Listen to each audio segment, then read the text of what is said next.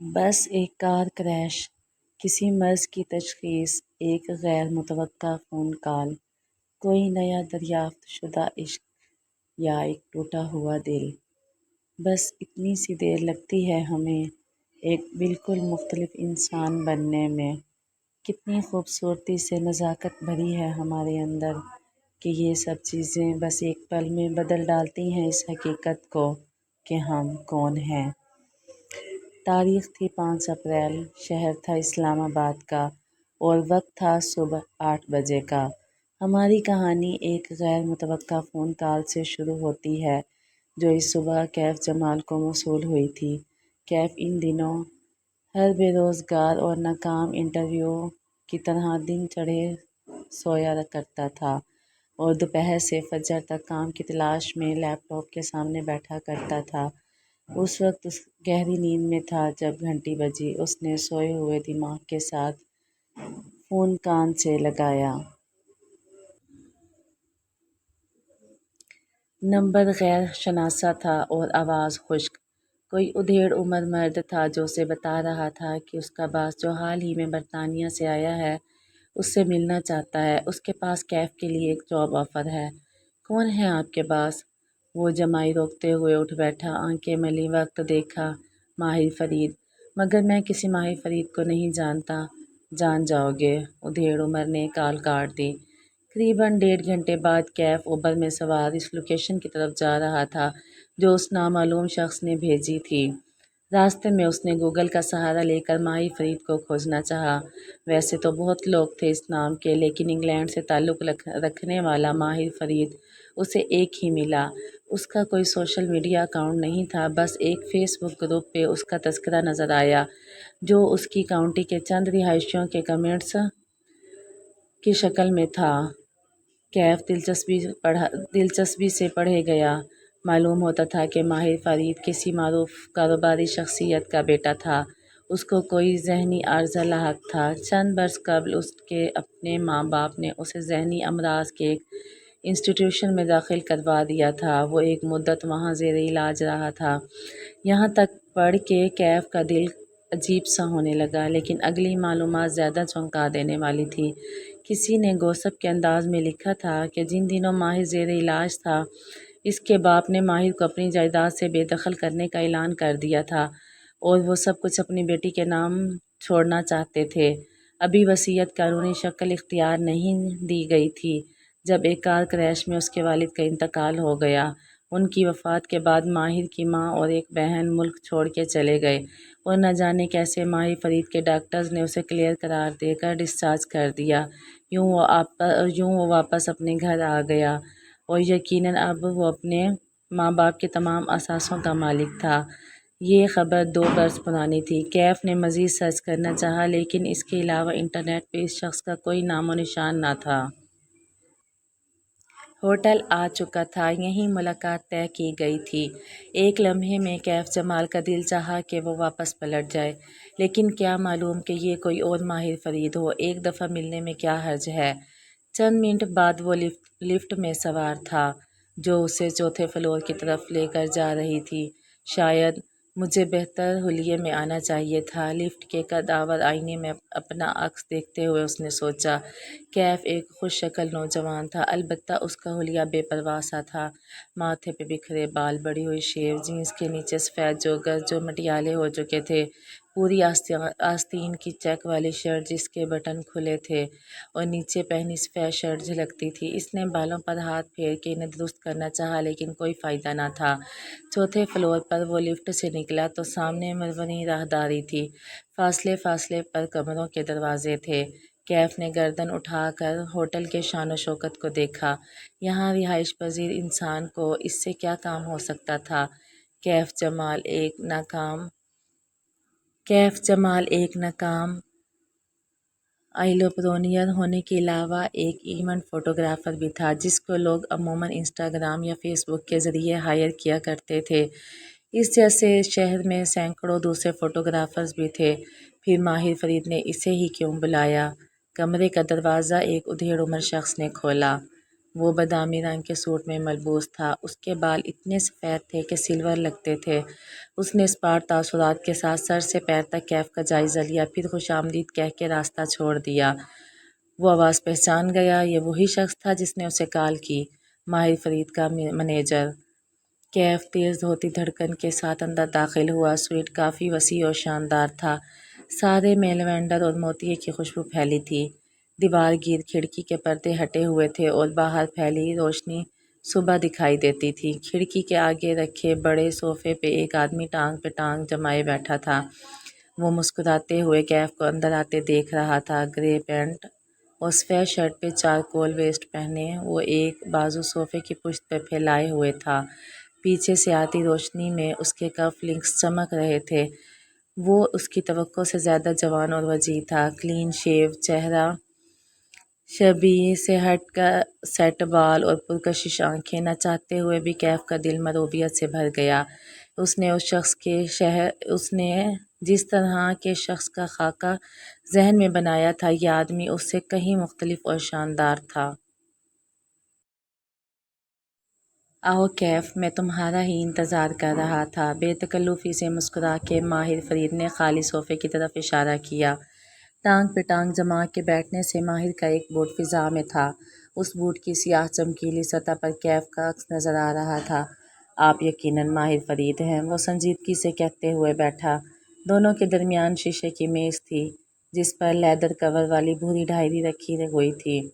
کچھ تھا اس کمرے کی فضا میں جو اعصاب پر سوار ہوتا تھا۔ لیوینڈر اور موتیے کی خوشبو اب محسوس نہیں ہو رہی تھی۔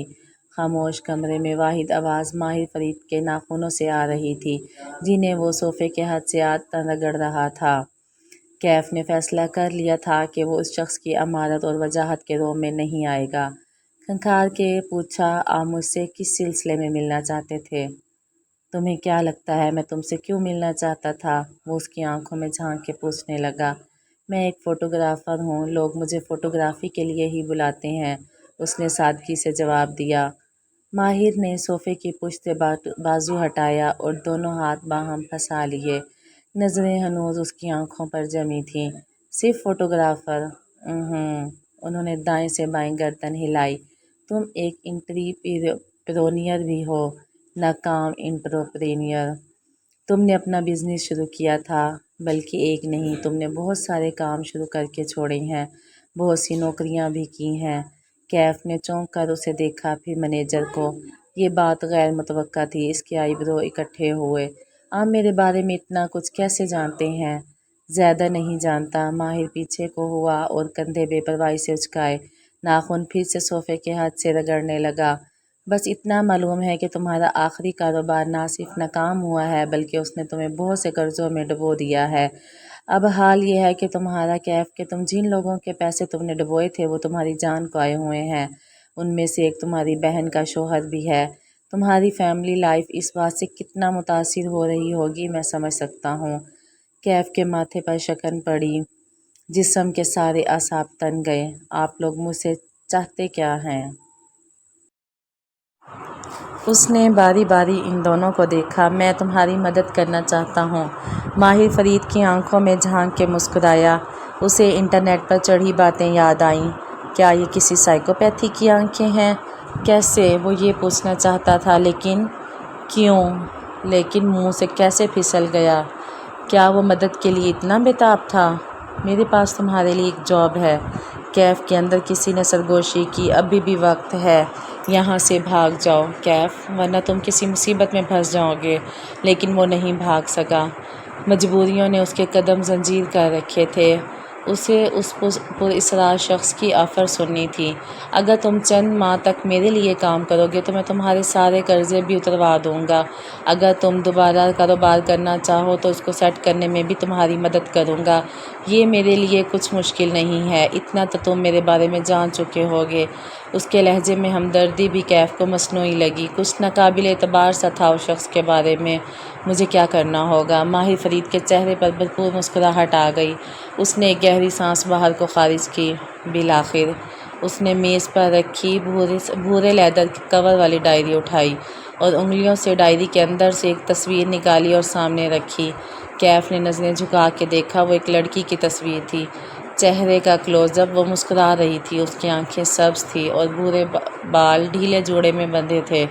وہ ایک بے داغ شفاف سا چہرہ تھا، ایسے چہرے انسان ہر روز نہیں دیکھتا۔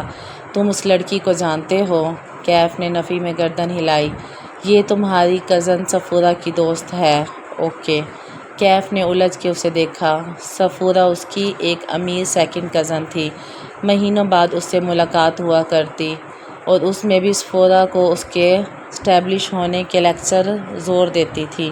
تنگ آ کے اس نے صفورہ کی فیملی سے ملنا ہی چھوڑ دیا تھا۔ صفورہ نے اپنی دوست تصویر اٹھا کے دکھائی کو 2-3 دفعہ سیکیورٹی گارڈز رکھوا کے دیے ہیں، لیکن اس لڑکی کے پاس زیادہ دن تک کوئی گارڈ نہیں ٹکتا۔ پچھلے ہفتے اس نے پھر سے صفورہ کو کوئی قابل بھروسہ گارڈ ڈھونڈنے کے لیے کہا ہے۔ سفید بالوں والا مینیجر اس بار باری باری ان دونوں کو دیکھ رہا تھا، جیسے ٹینس کے میچ میں گیند کا نظروں سے تعاقب کر رہا ہو۔ اوکے، کیف ابھی تک نہیں سمجھ پا رہا تھا۔ کیف، تم اپنی کزن صفورہ سے کہو گے کہ وہ اس لڑکی سے تمہاری سفارش کرے اور تمہیں اس کے پاس گارڈ کی جاب دلوائے۔ ویسے بھی تم نے چند برس پہلے ایک سیکیورٹی کمپنی کے لیے 2 ماہ کے لیے کام کیا تھا۔ تمہارے پاس تجربہ بھی ہے اور تمہیں ضرورت بھی ہے۔ مجھے امید ہے صفورہ تمہیں انکار نہیں کرے گی۔ تصویر رکھی اور مسکرا کے کندھے اچکائے۔ بس اتنا سا کام ہے۔ بالآخر معاملہ کیف کی سمجھ میں آنے لگا۔ اوہ، آپ چاہتے ہیں کہ میں صفورہ کی دوست کا گارڈ بن جاؤں، اس کا اعتماد حاصل کروں، مگر کیوں؟ ماہر فرید کی مسکراہٹ غائب ہوئی، چہرے پر سختی در آئی۔ ایسے کاموں میں کیوں نہیں پوچھتے، کام کی قیمت پوچھتے ہیں۔ آئی برو اٹھا کے سرد لہجے میں تنبیہ کی۔ چند لمحے کے لیے سٹنگ روم میں سناٹا چھا گیا۔ ساری خوشبوئیں مر گئی، اب صرف ایک احساس یرغمالی تھا۔ دیکھیں، وہ قدرے دھیمے لہجے میں بولا، مجھے اتنا تو بتائیں کہ مجھے اس کے پاس جاب کر کے کیا کرنا ہے، میرا مقصد کیا ہوگا۔ اس میں کوئی برا انسان نہیں ہوں، ٹھیک ہے میرے مسئلے ہیں، لیکن میں کچھ غلط نہیں کرنا چاہتا۔ ماہر فرید نے بدمزہ ہو کے مینیجر کو دیکھا۔ بہت بولتا ہے یہ۔ مینیجر نے ہلکے سے شانے اچکا دیے، پھر کوٹ کی جیب سے ایک پرچی نکال کے کیف کے سامنے رکھی۔ اس پہ ایک رقم درج تھی۔ کیف نے رقم کے ہندسے پڑھے، پھر صفر گنے، 1 بار 2 بار۔ اس کی آنکھیں تعجب سے پھیلیں۔ نظریں اٹھا کے تذبذب سے ماہر کو دیکھا۔ بدلے میں آپ کیا چاہتے ہیں؟ اتنے پیسے کوئی نیک کام کے لیے نہیں دیا کرتا۔ کیف، وہ سپاٹ سے انداز میں بولا۔ کیف نے پرچی پہ درج رقم دوبارہ پڑھی، پھر سر جھکا دیا، اتنا کہ تھوڑی سینے سے لگنے لگی۔ کسی لڑکی کا گارڈ بننے کا مطلب ہے سائے کی طرح اس کے ساتھ رہنا، اس پہ نظر رکھنا، اس کو نقصان پہنچانا۔ یہ مجھ سے نہیں ہوگا۔ سر ہنوز جھکا ہوا تھا۔ ماہر فرید کچھ دیر اس کے جھکے سر کو گھورتا رہا، پھر وہ اٹھا اور ٹائی کی ناٹ ڈھیلی کی۔ کیف نے چہرہ اٹھا کے اس کو دیکھا۔ وہ صوفے کے پیچھے چلا گیا اور کھڑکی کے سامنے چکر کاٹنے لگا، دائیں سے بائیں پنڈولم کی طرح، جیسے وہ کچھ سوچ رہا تھا۔ پھر قدم روک کے دور بیٹھے کیف کو دیکھا۔ ٹھیک ہے، نہ مانو میری بات، پھر کیا کرو گے؟ اس کی آواز میں نرمی تھی، جیسے سمجھا رہا ہو۔ کاروبار میں نقصان اور قرضوں نے تمہاری سوشل لائف ختم کر کے رکھ دی ہے۔ مرد کا معاشی طور پر اسٹیبلشڈ نہ ہونا اس کی عزت آدھی کر دیتا ہے۔ وہ لوگوں سے ملنا چھوڑ دیتا ہے، لاؤنج لیزرڈ بن جاتا ہے، گھر سے نہیں نکلتا، اور نکلتا ہے تو ایسے جوتے پہن کے۔ کیف نے چونک کے اپنے جوتوں کو دیکھا۔ سفید جوگرز اب مٹیالے ہو چکے تھے۔ اس نے پیر قدرے پیچھے کیے، لیکن وہ ان کو چھپا نہیں سکتا تھا۔ دوسری طرف میری آفر ہے۔ ماہر فرید واپس اس کے سامنے آ کے بیٹھا۔ میرے لیے صرف 2 ماہ کام کرو، صرف 2 ماہ، اور ساتھ اپنی فوٹوگرافی جاری رکھو، اپنا نیا بزنس پلان بناؤ۔ 2 ماہ ختم ہوتے ہی میں تمہارا بزنس خود سیٹ کروا دوں گا۔ مارکیٹنگ، نیٹ ورکنگ میری ٹیم سب کر لے گی۔ صرف 2 ماہ۔ وکٹری کی 2 انگلیاں بنا کے دکھائیں۔ آپ اپنا کام کسی سے بھی کروا سکتے ہیں، پھر میں ہی کیوں؟ ماہر فرید پیچھے کو ہوا اور ٹانگ پر ٹانگ جمائی۔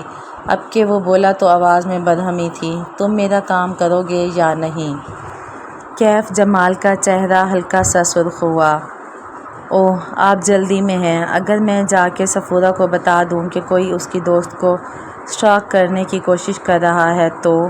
وہ کیف کو چند ثانیے دیکھتا رہا، پھر ایک دم سے ہنس پڑا اور نفی میں سر ہلایا۔ تم یہ نہیں کرو گے؟ یہ کہتے ہوئے اس نے تصویر اٹھائی۔ کیف کو تصویر کی پشت نظر آئی، وہاں کچھ لکھا ہوا تھا، 5 الفاظ۔ آپ کو کیسے معلوم کہ میں یہ نہیں کروں گا؟ وہ متعجب ہوا۔ ماہر فرید نے جواب نہیں دیا۔ اس نے لیدر ڈائری کھولی۔ کیف کی نظریں نیچے جھکیں۔ وہ جسے ڈائری سمجھ رہا تھا وہ دراصل فوٹو البم تھی۔ اگلے ہی لمحے اس کا سانس رک گیا۔ پہلے صفحے پر اوپر نیچے 2 تصاویر تھیں۔ اوپری تصویر پہ ایک سیاہ بالوں والی لڑکی تھی، وہ اس میں مسکرا رہی تھی۔ نچلی تصویر میں اسی لڑکی کی تھی، لیکن اس کی آنکھیں نیل و نیل تھیں، پیشانی زخمی تھی، پلکیں بند تھیں۔ وہ شاید کسی لاش کی تصویر تھی۔ وہ آہستہ آہستہ صفحہ پلٹانے لگا۔ ہر صفحے پر اوپر ایک لڑکی کی زندگی سے بھرپور تصویر ہوتی اور نیچے زخمی یا لاش جیسی تصویر۔ تصویریں مختلف لڑکیوں کی تھیں۔ اس نے چھٹا صفحہ پلٹا تو وہ خالی تھا۔ اس نے اوپری خانے میں سبز آنکھوں والی لڑکی کی تصویر ڈال دی۔ نیچے جگہ ابھی خالی تھی۔ کیف اپنی جگہ سے ہل نہیں سکا۔ اطراف میں ساری خوشبوئیں یکدم دم توڑ گئی تھیں۔ اب صرف کافور کی بو پھیلی تھی جو اندر باہر پھیلی تھی۔ ماہر فرید نے کھلی ہوئی البم پر پریں دھکیلی اور نظریں اٹھا کے کیف کو دیکھا۔ پھر اس نے 2 فقرے بولے اور 2 فقرے نے اس کی ساری گفتگو پہ بھاری تھے۔ کیف جمال نے رکی ہوئی سانس خارج کی۔ پرچی پہ لکھے صفر گنے، یہ اس کے قرضے اتارنے کے لیے کافی تھے، اور ان 2 فقروں کے بعد اس کے پاس انکار کی کوئی گنجائش نہیں تھی۔ صرف 2 ماہ کے لیے وہ یہ کام کر سکتا تھا۔ میں تیار ہوں۔ ماہر فرید مسکرایا۔ Good boy. پھر مینیجر کو اشارہ کیا۔ اس نے جیب سے ایک کھلا ہوا لفافہ نکال کے کیف کے سامنے رکھا۔ یہ کام کے علاوہ ہے، صرف اس لیے کہ تم نئے جوتے خرید سکو۔ آئندہ کسی ورکنگ میٹنگ پہ ایسے جوتے پہن کے مت آنا۔ نرمی سے تنبیہ کی۔ اب تم جاؤ، مالک تم سے خود رابطہ کر لے گا۔ سفید بالوں والے کی طرف اشارہ کیا۔ کیف نے ایک ملامتی نظر اس پہ ڈالی، پیکٹ اٹھایا اور وہاں سے اٹھ گیا۔ مجھے اس لڑکے پہ اعتبار نہیں ہے ماہر۔ اس کے جاتے ہی مالک ناخوشی سے بولا۔ اعتبار تو مجھے بھی نہیں ہے، لیکن ہم ساتھ کام کر رہے ہیں نا، وہ عام سے لہجے میں کہتے ہوئے اٹھا اور کھڑکی کے سامنے جا کھڑا ہوا۔ دوپہر کی سنہری روشنی سیدھی اس کے چہرے پر پڑنے لگی۔ ماہر نے آنکھیں بند کر لیں۔ ماہر، مینیجر نے پکارا، انتقام کے سفر پر نکلنے والے کو چاہے کہ 2 قبریں کھودے، ایک دشمن کی اور ایک خود اپنی۔ یہ کنفیوژن نے کہا تھا۔ اور جانتے ہو اسے کیا چیز قبر تک لے گئی تھی؟ اپنی بیٹیوں کی موت کا غم۔ وہ آنکھیں بند کیے کہہ رہا تھا، سر سرگوشی میں، موت سے بڑا کوئی غم نہیں ہے مالک۔ میز پہ البم یوں ہی کھلا رکھا تھا۔ مالک نے تعصب سے نفی میں سر ہلایا، پھر ہاتھ بڑھا کے چھٹا صفحہ پلٹا تو سبز آنکھوں والی لڑکی کی تصویر کی پشت دکھائی دینے لگی۔ وہاں اردو میں لکھا تھا، حورِ جہاں کی بیٹی کشمالہ۔ تاریخ تھی 11 اپریل اور شہر تھا اسلام آباد کا۔ آج کا دن اہم تھا کیونکہ آج کشمالہ کی زندگی بدلنے جا رہی تھی، لیکن اپنی صبح کا آغاز کرتے ہوئے اسے اس بات کا علم نہیں تھا۔ وہ بیڈ روم میں آئینے کے سامنے کھڑی کانوں میں ٹاپس پہن رہی تھی۔ جب موبائل کی مخصوص ٹون بجی، وہ مسکرا دی۔ یقیناً ماں کا فیملی گروپ پہ میسج آیا ہوگا، وہ بھی گڈ مارننگ کا۔ ماں کا ایک ہی میسج اپنے تینوں بچوں کو فیملی گروپ اور پرسنل میں الگ الگ بھیجتی تھی۔ اس نے ٹاپس پہن کے موبائل اٹھایا اور میسج کھولا۔ ماں نے گڈ مارننگ کے ساتھ پوچھا تھا کہ وہ کیا ایک ویکینڈ پہ عزا کی شادی کے لیے لاہور آئے گی؟ کل بتاؤں گی ماں، اس نے مبہم سا جواب بھیج دیا۔ یہاں ریسٹوران میں اتنے کام پڑے تھے کہ وہ کیسے جائے گی لاہور؟ وہ کل معذرت کر لے گی۔ اپنی تیاری مکمل کر کے اس نے سر سے پیر تک آئینے میں اپنا جائزہ لیا۔ اس نے نیوی بلو لمبی قمیض کے ساتھ ہم رنگ دوپٹہ کاندھے پہ ڈال رکھا تھا، بین گلے سے گردن میں پہنا ہوا تھا، ننھا سا ڈائمنڈ لاکٹ جھلک رہا تھا، پیروں میں زرد ہائی ہیلز تھی، لمبے بھورے بال فرنٹ جوڑے میں بند تھے۔ بیضوی چہرہ گلابی سفید سا تھا جیسے عموماً پٹھان لڑکیوں کا ہوتا ہے، اور آنکھیں سبز تھیں جن کے گرد لائنر لگا تھا جیسے سیاہ پیالے میں سبز پانی ہو۔ اس نے چہرہ دائیں بائیں گھما کے دیکھا، سکن بے داغ تھی، کوئی ایک پمپل بھی نہ تھا۔ اس نے جوڑے سے 2 لٹیں نکالی اور انگلی سے رول کر کے چھوڑ دی۔ وہ چہرے کے دونوں اطراف میں ٹھہر گئی، اپنے عکس کو دیکھ کے مسکرائی۔ وہ کام پہ جانے کے لیے تیار تھی۔ ماں ہوتی سامنے تو کہتی کہ ان کی کوئی بیٹی کا حسن ان پہ نہیں گیا۔ کہاں وہ اپنے زمانے کی حسین ترین حور جہاں بیگم، اور کہاں مہابینا اور کشمالہ۔ ایک تو ماں کی ججمنٹل آواز ہمیشہ ذہن کے پس منظر میں گونجتی تھی، چاہے سارا زمانہ کہے کہ ماہی، مہابینا اور مالا کشمالہ جیسا حسین کوئی نہ تھا، ماں نے نہیں ماننا تھا۔ وہ ماں کو یاد کر کے زیر لب مسکراتی ہوئی کھڑکی تک آئی۔ کھڑکی میں 3 ننھے گملے رکھے تھے، ان میں بیگونیا یوتھیا اگے ہوئے تھے۔ کشمالہ نے چہرہ ان کی سطح تک جھکا کے دیکھا۔ باقی دونوں کی نئی گروتھ نظر آ رہی تھی، مگر ہیورتھیا کے پتے بھورے ہو رہے تھے، شاید روشنی اس کے لیے تیز تھی۔ اس نے پودے کو ذرا پیچھے کر دیا اور باہر جانے کے لیے لاؤنج میں آئی۔ کونے میں رکھی ٹیبل ورک سیزرز، ہینڈ بیگ اور لیپ ٹاپ اٹھایا، پھر بیرونی دروازے کی طرف بڑھی۔ پھر تبھی نگاہ میں کچھ کھٹکا۔ کشمالہ کے قدم زنجیر ہوئے، گردن دھیرے سے دائیں سے بائیں گھمائی۔ دیوار گیر بک شیلف میں ایک موٹی سی کتاب کی جگہ خالی تھی۔ کشمالہ کی نگاہوں نے نیچے میز تک کا سفر کیا، وہاں ایک دبی ڈکشنری رکھی تھی۔ یہ شیلف سے نیچے کیسے آئی؟ اس نے چونک کر ٹیرس کے دروازے کو دیکھا، وہ بند تھا، کھڑکیاں بھی اندر سے مقفل تھیں۔ اس نے یاد کرنے کی کوشش کی، رات کو جب میں گھر آئی تھی تب یہ کتاب اپنی جگہ پر تھی یا نہیں، مگر کچھ یاد نہ آیا۔ اس نے سر جھٹکا۔ خیر کوئی بات نہیں، صفورہ نے کہا تھا کہ وہ نئے گارڈ کے لیے کسی کو آج بھیج رہی ہے، گارڈ آ جائے تو یہ مسئلہ نہیں ہوگا۔ اسے بھی اس معاملے کی فکر نہیں کرنی تھی، اسے اپنے نئے بزنس پلان پہ فوکس کرنا تھا، اور اس بارے میں سوچتے ہی مالا کے لبوں پر ایکسائٹمنٹ بھری مسکراہٹ بکھر گئی۔ وہ بیرونی زینے اترتے ہوئے نیچے آئی۔ وہ ماموں کے گھر کی بالائی منزل پر بطور پیئنگ گیسٹ رہتی تھی۔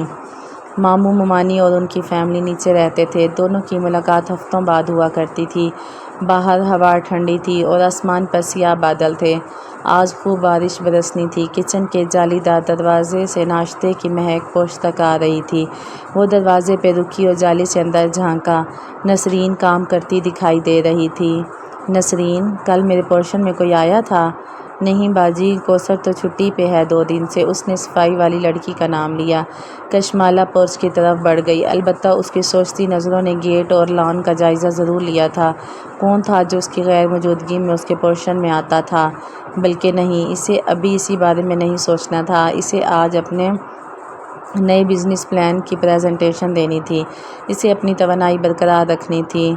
ظہیر اور اس کا کلاس فیلو تھا، دونوں نے لاہور میں ایک ساتھ گریجویٹ کیا۔ پھر ظہیر اسلام آباد واپس آ گیا۔ کشمالہ کے پاس آئیڈیاز تھے اور ہمیشہ ہی ہوتے تھے۔ ظہیر کے پاس سرمایہ تھا جو کشمالہ کے پاس نہیں تھا۔ ابا بچپن میں ہی کہیں اللہ کو پیارے ہو گئے تھے، سعودیہ میں جاب کرتے تھے، بچوں سے تعلق نہ ہونے کے برابر تھا۔ 4 سدہ میں ان کی زمینیں اور باغ تھے۔ ابا کی وفات کے بعد بھی اماں نے نوکری نہیں کی، صرف حساب کتاب کیے، زمینوں اور ٹھیکوں کے رجسٹر سنبھالے، لیکن اپنے تینوں بچوں کو ایک اچھی زندگی اور اعلیٰ تعلیم فراہم کی۔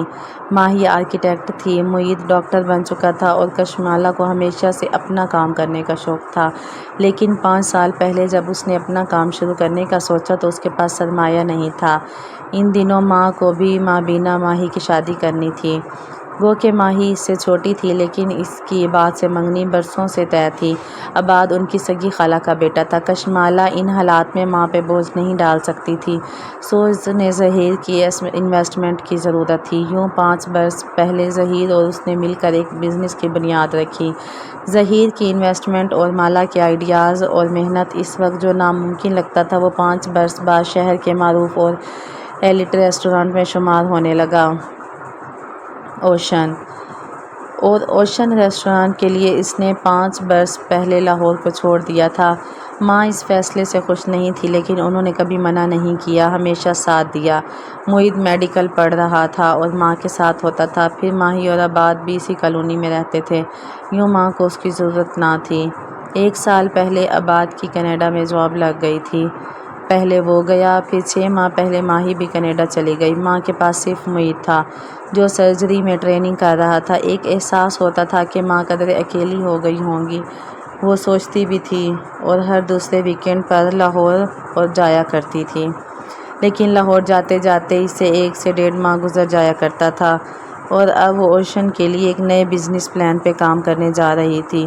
اب تو شاید 2-6 ماہ کے بعد ہی لاہور جا سکے۔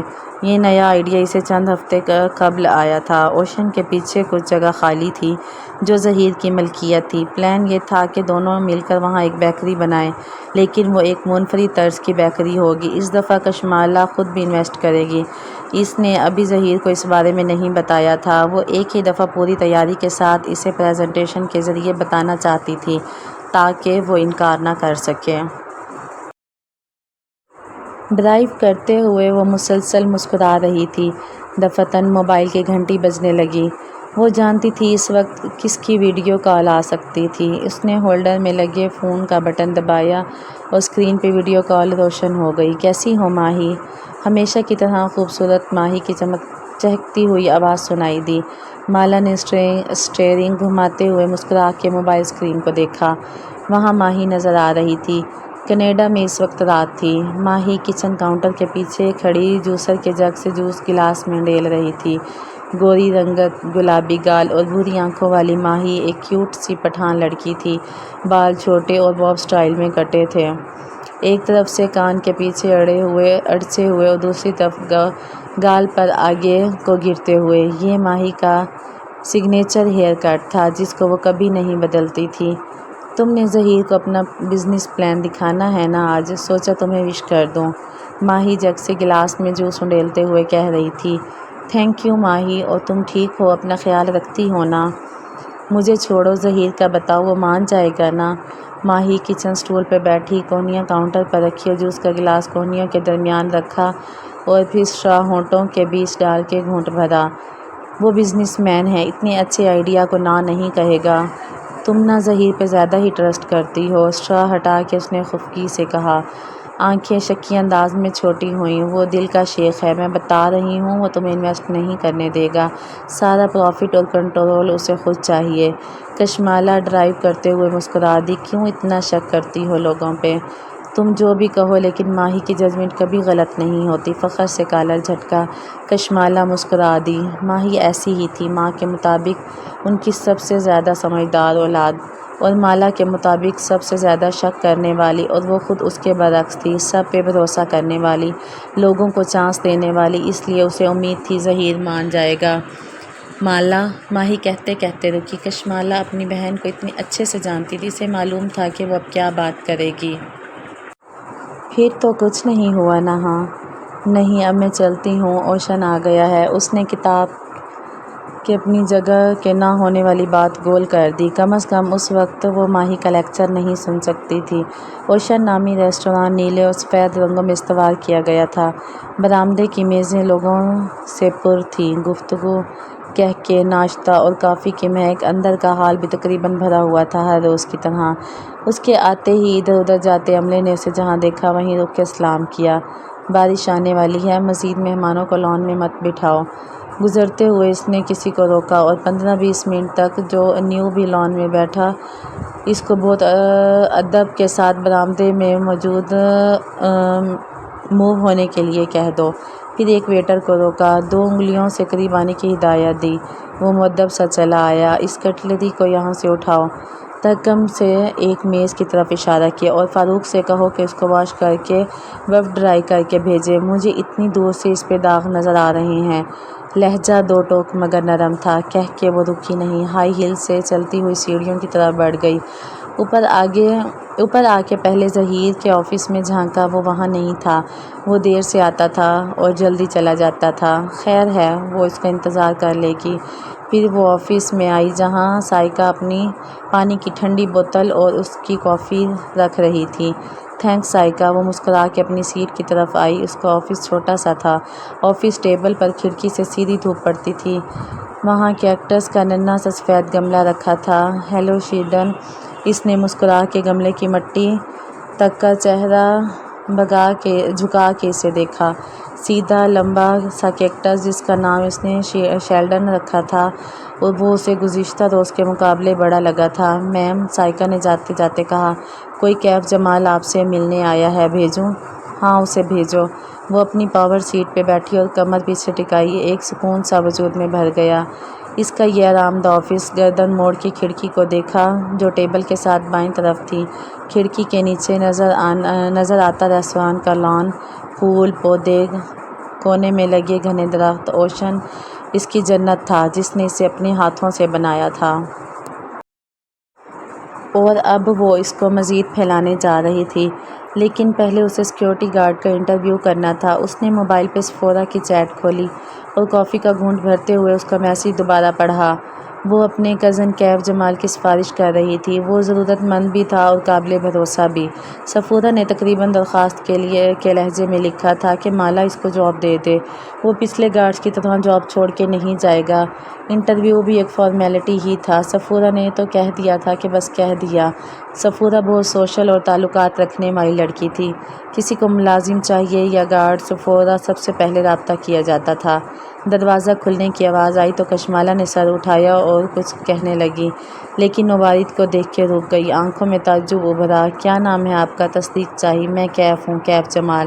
سامنے کھڑا نوجوان رسمی مسکرا کے بولا، آپ سیکورٹی گارڈ کی جاب کے لیے آئے ہیں؟ جی، اس نے اس بات میں سر ہلایا۔ مالا نے اچنبھے سے اسے دیکھا۔ اس کے اب تک کے رکھے گئے تمام گارڈز کرخت چہروں اور مونچھوں والے ہوتے تھے۔ یہ ایک پڑھا لکھا اسمارٹ سا نوجوان لگتا تھا۔ حلیہ بے پرواہ سا تھا، بال ماتھے پہ کٹے ہوئے اور بلدار تھے۔ ان کو پیچھے کرنے کی زحمت نہیں کی گئی تھی۔ چہرے پہ چند دن کی بڑھی ہوئی شیو تھی۔ آنکھیں بھوری تھیں اور رنگت کھلتی ہوئی۔ جینز کے اوپر ملٹی گرین رنگ کی کالر کا شرٹ پہنے ہوئے تھا۔ گریبان کے اوپری بٹن کھلے ہوئے تھے اور نیچے سے سفید شرٹ جھانک رہی تھی۔ کف بھی ایک تہہ موڑے رکھے ہوئے تھے۔ پیروں میں جرابوں کے بغیر سفید جوگرز تھے جو نئے لگتے تھے۔ اس کے بے ترتیب سے حلیے میں صرف اس کے جوگرز قابل ستائش تھے۔ میں سفورا کا کزن ہوں، مسکرا کے بولا۔ وہ مسکراتا تھا تو اس کے بائیں گال میں ڈمپل پڑتا تھا۔ اس کے چہرے پہ سب سے زیادہ پرکشش کیا تھا؟ اس کے مسکرانے کا انداز، اس کی بھوری آنکھوں کی لمبی اور مڑی ہوئی پلکیں۔ تشریف رکھیے۔ وہ بیٹھ گیا اور ایک فائل اس کے سامنے رکھی، پھر گردن ہلائے بنا نگاہوں سے اطراف کا جائزہ لیا۔ آفس چھوٹا سا تھا۔ 3 دیواریں سفید تھیں، چوتھی دیوار پہ جنگل کے اونچے درخت پینٹ کیے گئے تھے۔ جگہ جگہ منی پلانٹس اور انڈور پودے کے گملے رکھے تھے۔ ان کی خوشبو کافی کی مہک میں مکس ہو گئی تھی۔ سامنے نیلے لباس میں بیٹھی لڑکی سر جھکائے اس کی فائل کے صفحے پلٹا رہی تھی۔ چہرے کے دونوں طرف اس کی نکلتی لٹیں بھی فائل پہ جھکی تھیں۔ کانوں میں ڈائمنڈ ٹاپس دمک رہے تھے۔ کشمالہ نے فائل بند کر دی، پھر چہرہ اٹھا کے اسے دیکھا۔ وہ اپنی مڑی ہوئی پلکوں والی آنکھوں سے بغور اسے دیکھ رہا تھا۔ کچھ تھا اس نوجوان کے بارے میں جو اس جاب انٹرویو سے مطابقت نہیں رکھتا تھا، کچھ غیر فطری سا۔ وہ سمجھ نہیں پائی۔ آپ نے صرف 2 ماہ ایک پرائیویٹ سیکورٹی فرم میں کام کیا، وہ کام کیوں چھوڑا؟ میں ایک سیاستدان کے سیکورٹی اسکواڈ میں شامل تھا بطور پرسنل باڈی گارڈ۔ ٹائمنگ مشکل تھی، میں ساتھ ساتھ اپنے بزنس پلان بھی کر رہا تھا۔ 2 چیزیں مینیج کرنا مشکل تھا۔ کس چیز کا بزنس کر رہے تھے آپ؟ وہ سیٹ پر ٹیک لگائے اسپاٹ انداز میں پوچھ رہی تھی۔ جوڑے سے نکلی 2 لٹیں اس کے چہرے کے دونوں طرف کو چھو رہی تھی۔ میں پروفیشنل فوٹوگرافر ہوں۔ ہم دوستوں نے ایک ویڈنگ فوٹوگرافر کمپنی بنائی تھی جس میں ہم نے بہت ساری سروسز مہیا کرتے تھے، لیکن وہ فلاپ ہو گئی۔ ہلکے سے کندھے اچکائے۔ میں نے باہر سے بہت قیمتی ایکوائپمنٹ منگوا لیا تھا جس کی وجہ سے شدید قرضوں میں گھرا ہوا ہوں اور وہی قرضے اتارنے کے لیے جاب کرنا چاہتا ہوں۔ وہ سنجیدگی سے اس کے سوالات کا جواب دے رہا تھا۔ کتنا قرضہ ہے آپ پہ؟ اتنا کہ اس جاب سے چند ماہ میں اتار لوں گا، قطرے توقف سے بولا۔ آپ سیکورٹی گارڈ چاہیے یا باڈی گارڈ؟ دونوں۔ وہ سنجیدہ تھی۔ مگر آپ خود کو میرا ڈرائیور کہیں گے۔ صبح مجھے ریسٹورانٹ ڈراپ کریں گے، شام کو یہاں سے پک کریں گے، رات کو میرے گھر ڈیوٹی دیں گے۔ جب تک میں ریسٹورانٹ میں ہوتی ہوں مجھے آپ کی ضرورت نہیں۔ آپ گھر جا کے آرام یا کوئی کام وغیرہ کر سکتے ہیں۔ مجھے خود کو ڈرائیور کہنا ہے؟ مجھے ایسے سمجھا نہیں تھا۔ کشمالہ نے غیر آرام دہ انداز میں پہلو بدلا۔ میں اپنے رشتہ داروں کے ساتھ رہتی ہوں، باڈی گارڈ کے لفظ سے ان کے لیے کمفرٹیبل ہو جائیں گے۔ کیا ان کو نہیں معلوم کہ آپ کو سیکیورٹی تھریٹ ہے؟ وہ اس کی آنکھوں میں جھانک کے بولا۔ اس نے نفی میں سر ہلایا۔ ویسے ٹیچر آف تھریٹ کیا ہوتا ہے؟ کشمالہ نے جواب نہیں دیا۔ وہ گردن موڑ کے کھڑکی سے باہر دیکھنے لگی۔ آسمان اندھیر ہوتا جا رہا تھا، وقفے وقفے سے بادل گرج رہے تھے۔ کیف نے کھنکھار کے وضاحت کرنی چاہی۔ ٹیچر آف تھریٹ یعنی؟ مجھے معلوم ہے نیچر آف تھریٹ کیا ہوتا ہے، مگر میں اس بارے میں بتانا ضروری نہیں سمجھتی۔ حفاظت کرنے کے لیے یہ ضروری ہے کہ مجھے خطرے کی نوعیت کا علم ہو، اور اگر علم نہ ہو تو؟ اس نے سبز آنکھیں گھما کے کیف کو دیکھا۔ کیف نے گہری سانس لے کے ہلکے سے کندھے اچکائے۔ میں تب بھی آپ کی حفاظت کروں گا۔ میں نے صفورہ سے وعدہ کیا ہے۔ میں اپنی جاب میں بہت اچھا ہوں، آپ بے فکر رہیں۔ وہ ہلکا سا مسکرایا۔ وہ واقعی اس کے گزشتہ گارڈ سے مختلف تھا، لیکن اچھا تھا۔ اس کے بات کرنے کے انداز میں ایک احساس تحفظ تھا۔ اس کے تنے اعصاب ڈھیلے پڑنے لگے۔ مجھے لگتا ہے کہ کوئی میرا پیچھا کر رہا ہے۔ وہ بولی تو اس کی آواز ہلکی تھی۔ اس نے بھروسہ کرنے کا فیصلہ کر لیا تھا، آخر وہ صفورہ کا کزن تھا۔ صرف لگتا ہے یا کسی کو دیکھا بھی ہے؟ وہ چونکا۔ دیکھا نہیں ہے، لیکن وہ ثبوت چھوڑ جاتا ہے۔ وہ میرے گھر میں داخل ہوتا ہے اور چیزیں چھیڑ کے چلا جاتا ہے۔ سی سی ٹی وی میں نظر نہیں آیا؟ کشمالہ نے نفی میں سر ہلایا۔ وہ معنی ان کے خلاف ہیں۔ صرف گیٹ پہ سی سی ٹی وی لگا ہوا ہے، باقی گھر میں وہ سی سی ٹی وی لگوانے نہیں دیتی۔ ان کی پرائیویسی ڈسٹرب ہوتی ہے۔ آپ نے خفیہ کیمرے لگوانے کا نہیں سوچا؟ مجھے یہ اچھا نہیں لگتا کہ میں کسی کے ساتھ رہوں اور اس کے پیٹھ پیچھے چھپ کے کچھ ایسا کروں جو ان کو نہیں پسند، اور میں نہیں چاہتی کہ انہیں معلوم ہو کہ مجھے کوئی مسئلہ ہے۔ خاندان میں باتیں ہوں گی۔ آپ کی کسی سے دشمنی ہے؟ وہ سوچتے ہوئے پوچھ رہا تھا۔ وہ اداسی سے مسکرا دی۔ میں ایک انتہائی بے ضرر انسان ہوں کیف۔ میں صرف کام کرتی ہوں اور کچھ نہیں۔ کسی کو مجھ سے کیا مسئلہ ہو سکتا ہے؟ وہ خاموشی سے اسے دیکھے گیا۔ ذہن کے پردے میں وہ فوٹو البم آ گیا اور چھٹے صفحے پہ رکھی تصویر۔ آپ کو خود کیا لگتا ہے؟ کوئی آپ کے پیچھے کیوں پڑا ہوا ہے؟ کشمالہ نے کندھے اچکائے۔ شاید مجھے مارنے کے لیے، لیکن ابھی تک مارا نہیں ہے۔ وہ اس کی بات پہ چونکی۔ کیف اپنی جگہ سے اٹھا اور ہاتھ بڑھا کے کھڑکی کے پٹ کھول دیے، پھر باہر کی طرف اشارہ کیا۔ آپ روز اس کھڑکی میں بیٹھ کے کام کرتی ہیں؟ سامنے ایک کمرشل مارکیٹ ہے، اس کی کسی بھی عمارت کی کھڑکی سے آپ کو شوٹ کرنا بہت آسان ہے۔ اگر میں ہوتا تو اس سرمئی عمارت کا انتخاب کرتا۔ اشارہ کر کے ایک عمارت دکھائی۔ آپ وقت کے پابند ہیں۔ ہلکی سی مسکراہٹ کے ساتھ کھڑے کھڑے باتیں جاری رکھی۔ روز فکس ٹائم پہ ریسٹورانٹ پہنچتی ہیں، یہ مجھے سٹاف نے بتایا ہے۔ کوئی آپ کا تعاقب 2 دن کر لے تو اسے معلوم ہوگا کہ آپ کب اور کہاں ہوتی ہیں۔ وہ راستے میں کہیں بھی آپ کو شوٹ کیا جا سکتا ہے۔ پھر اس نے میز پہ رکھی کافی کا مگ اٹھایا۔ 2 کپ میں 2 گھونٹ بچے ہوئے تھے۔ کپ نیچے سے پکڑ کے اونچا کیا۔ یہاں کسی بھی ویٹر یا سٹاف کو چند پیسے دے کر آپ کی کافی میں کچھ ملایا جا سکتا ہے۔ ویسے میں ہوتا تو کافی میں زہر نہ ملاتا، کیونکہ آپ آخری گھونٹ بچانے کی عادی ہیں۔ میں یہاں زہر لگاتا۔ اس نے انگوٹھی سے کپ کے دہانے کی طرف اشارہ کیا جہاں اس کی لپسٹک کا نشان تھا، پھر کپ رکھا اور واپسی کرسی پر بیٹھ گیا۔ آپ کو مارنا بہت آسان ہے۔ میرا نہیں خیال کہ وہ آپ کو مارنا چاہتا ہے۔ وہ بس اس کو دیکھ رہی تھی۔ بنا پلک جھپکے اس کے تاثرات دیکھ کے کیف کھنکارا۔ میں صرف بتا رہا تھا تھیوری میں۔ کشمالہ نے جھرجھری لے کے سر جھٹکا۔ اف۔ پھر لہجے کو نارمل رکھتے ہوئے پوچھا، آپ کے خیال میں کوئی مجھے اسٹاک کیوں کر رہا ہے؟ ظاہر ہے آپ کو ڈرانے کے لیے، اور ڈرانے والے کی غذا آپ کا ڈر ہوتا ہے۔ جس دن آپ اس غذا روک دیں گی وہ کمزور پڑ جائے گا۔ پھر مسکرایا۔ کیا میں ہائر کر لیا گیا ہوں؟ ہائر ہونے کا فیصلہ آپ خود کریں گے۔ میرے پاس گارڈ زیادہ دیر نہیں رہتے، اس لیے میں ہر آنے والے کو رکھ لیتی ہوں۔ کچھ دن بعد یا آپ جاب چھوڑ جائیں گے یا موجود رہیں گے۔ وہ اس کی آنکھوں میں دیکھ کے ٹھہر ٹھہر کے کہہ رہی تھی، لیکن ایک بات یاد رکھیں، میں کسی کو کام میں کوتاہی کی وجہ سے کبھی فائر نہیں کرتی۔ میں لوگوں کو چانس دیتی ہوں، کام سکھاتی ہوں، لیکن اگر وہ مجھ سے جھوٹ بولے، میرے پیٹھ پیچھے مجھ سے چھپا کے کچھ کریں گے یا کسی طرح مجھے دھوکہ دیں گے تو میں ان کو اپنے کام اور زندگی سے بالکل الگ کر دیتی ہوں۔ اس کے بعد وہ جتنی معافی مانگ لیں میں انہیں واپسی نہیں لیتی۔ اس نے دیکھا کیف کے چہرے پہ ایک سایہ سا گزر گیا ہے، لیکن وہ بظاہر مسکراتا رہا۔ یعنی آپ کو ناراض کرنا بہت مشکل ہے، لیکن ایک دفعہ ناراض ہو جائیں تو منانا مشکل ہے۔ مشکل نہیں، ناممکن ہے، وہ ہلکا سا مسکرا دی۔ کیف نے بظاہر مسکراتے ہوئے تھوک نکلا۔ یہ وہ وقت تھا جب وہ اسے بتا سکتا تھا کہ وہ وہاں کیوں آیا ہے۔ وہ اسے بتا سکتا تھا کہ کسی کے پاس اس کی تصویر ہے، کوئی اسے نقصان پہنچانا چاہتا ہے، اور یہ کہ اسے اندازہ ہے کہ کون اس کا پیچھا کر رہا ہے۔ لیکن وہ جانتا تھا کہ وہ اس کا یقین نہیں کرے گی، کوئی بھی اس کا یقین نہیں کرے گا۔ آپ کو مجھ سے کبھی شکایت نہیں ہوگی۔ پھر جیسے یاد آیا، آپ کے گارڈز بار بار جاب کیوں چھوڑ دیتے ہیں؟ آپ جان جائیں گے۔ وہ لیپ ٹاپ اٹھاتے ہوئے اٹھ کھڑی ہوئی، اسے ظہیر سے ملنا تھا۔ وہ دونوں ساتھ ساتھ آفس سے باہر نکلے۔ وہ آگے بڑھ گئی اور وہ وہیں رک کے موبائل کے بٹن دبانے لگا۔ وائٹ ہیئر نام کی ایک چٹ نکالی۔ اس نے مجھے ہائر کر لیا ہے۔ یہ تو بہت آسان تھا۔ اس کی انگلیاں ٹائپ کر رہی تھی۔ ظہیر کا آفس ٹیرس کی دوسری جانب تھا۔ درمیان میں چند کرسیاں میز رکھی گئی تھیں۔ وہ وہیں بیٹھ گئی اور صفورہ کو کال ملائی۔ میں نے تمہارے کزن کو ہائر کر لیا ہے۔ گردن اٹھا کے آسمان کو دیکھا۔ سیاہ بادل دور دور سے اس کے سر پہ اکٹھے ہو رہے تھے۔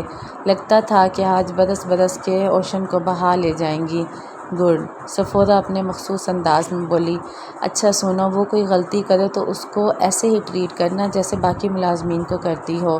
میرا کزن ہونے کے ناجائز فائدہ اٹھانے نہ دینا۔ اس کو بزنس کا شوق ہے، لیکن وہ کبھی ترقی نہیں کرے گا۔ اس کے لیے بھی بہتر ہے کہ وہ تمہارے پاس نوکری کرتا رہے۔ اچھا مالا سنو، صفورہ نے توقف کیا۔ مالا ابھی تک گردن اٹھائے آسمان کو دیکھ رہی تھی۔ آدھا ریستوران اوپن ایئر تھا۔ بارش ان کے لیے اچھی ثابت نہیں ہوتی تھی۔ میں نے سنا ہے ظہیر نے اوشن کو بیچ دیا ہے۔ بجلی زور سے چمکی عین اس کے سر پہ۔ کیا؟ بادل اتنے زور سے گرجے کہ زمین دہل گئی۔ ایوب بتا رہا تھا کہ ظہیر نے کسی لبنانی فوڈ چین کو اوشن بیچ دیا ہے۔ اس نے تمہیں اعتماد میں نہیں لیا۔ تمہیں کوئی غلط فہمی ہوئی ہوگی۔ ایسا نہیں ہو سکتا۔ وہ ایک دم کھڑی ہوئی۔ اسی پل بارش برسنے لگی جیسے اوپر سے کسی نے پانی کا تھال الٹ دیا ہو۔ وہ تیز تیز چلتی ظہیر کے آفس میں داخل ہوئی۔ اس کے ہیلز گیلے نشانوں کی قطار اپنے پیچھے چھوڑتی جا رہی تھی۔ ظہیر نے سر اٹھا کے دیکھا۔ مالا کے بال نم تھے اور چہرے پہ پانی کے قطرے تھے۔ آواز اونچی تھی۔ یہ میں کیا سن رہی ہوں؟ ہتھیلیاں میز کے کنارے پہ رکھے وہ بنا پلک جھپکائے اسے دیکھ رہی تھی۔ تم نے اوشن بیچ دیا ہے؟ غصہ نہیں تھا، بے یقینی تھی، حیرت تھی۔